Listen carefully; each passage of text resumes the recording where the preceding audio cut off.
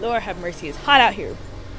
So we always wonder what happens to those athletes at the end of the season. There's always a dead period between fall and then going into spring, where some student athletes enter the transfer portal or even declare for the draft, but some athletes don't get picked up for the spring, or they don't get picked up at all. So we always wonder what happened to them, or why do they get stuck in the transfer portal.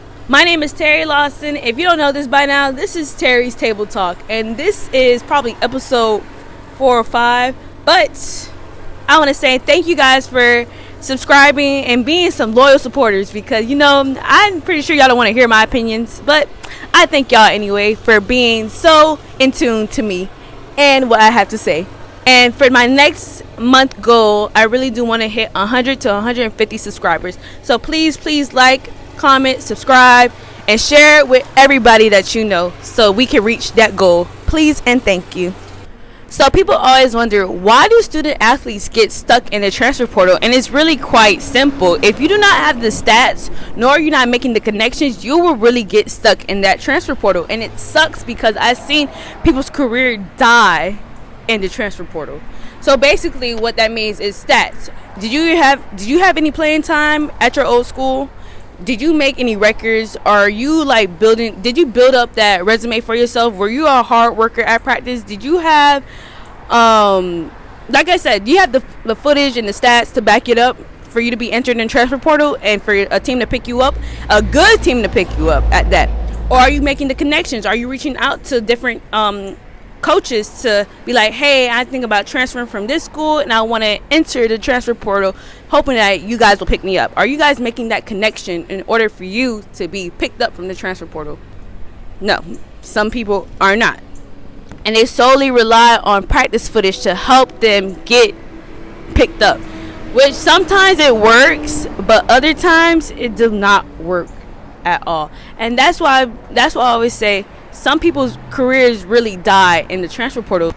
Where I think some student athletes go wrong at is the fact that they do not have no playing time in order for y'all to be entering the transfer portal thinking you're going to get picked up. This is where I have my problems at, because sometimes you're like, okay, I want to enter the transfer portal. This coach is not going to give me no more playing time. I'm going to get kicked off the scholarship, so I want to make sure I have the practice footage in order for me to get picked up. Do you think that makes sense? Do you think that works? That does not work at all. I feel like your coach is kicking you off scholarship and your coach is telling you not gonna have playing time. That should be a motivation to get up there and be like, oh, now you trying me. I feel like I gotta show you why I should have playing time, or why I should be back on scholarship. Because you let it a newbie, like a freshman, or even another transfer come in to your territory that you made your mark at and take your spot. That's not gonna fly with me. I'm sorry. I was the type of athlete to be like, you cannot take my spot. You're gonna have to try and bulldozer your way over to take my spot. But some of these athletes don't have that drive and that hunger no more. They just think everything should be handed to them, and that doesn't fly, especially in college level. If you think everything's supposed to be handed to you, and you think that everything's supposed to go your way, it's not going to go your way whatsoever. So you should get that concept out your head ASAP. When entering the transfer portal, just think about all the things that comes into play, coaching wise. Are you going to get playing time? Whose spot you're about to take? But also, do you have what it takes to play at another school, a school that's totally different from what you're used to? Are you ready for that atmosphere to be quick changing, fast paced? That's how I see with the transfer portal too. When people get stuck inside the transfer portal, they just think it's gonna be grass is greener, a school's gonna pick me up, and yeah, F this school that I went to for so and so years and stuff. And some people just don't get picked up at all. So this one player, this is how the transfer portal is actually a good thing, especially if you have the stats and you have what it takes to be at a bigger level. I feel like the transfer portal is a great option for you, because you never know what Power 5 school is going to sit here and pick you up and be like, yeah, we want you, we're going to utilize you and to your best abilities.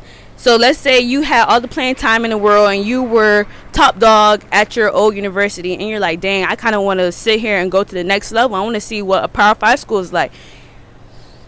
And a Power 5 school does pick you up. You have to realize now you with the top dogs. You got to sit here and show why like you're the best of the best. You cannot sit here and slack.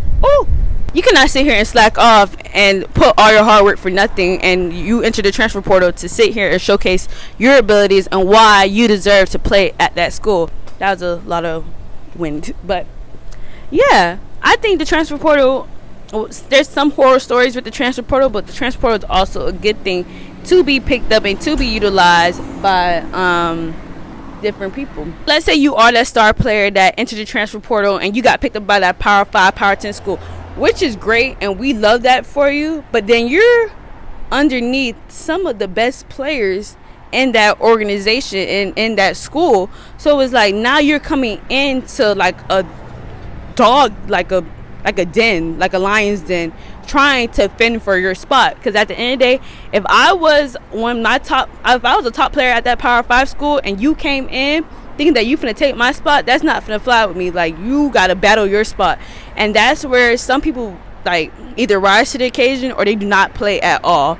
So sometimes the transfer portal can be like a great thing, but also too, you still gotta fight for your spot regardless of how it looks. And that's at any school, that's at any institution that you want to go to. You gotta fight for your spot. You cannot sit here and think everything's gonna be handed to you. But some people may never know that, and everybody that thinks that everything should be handed to you, that's why they don't make it so far into the pro leagues.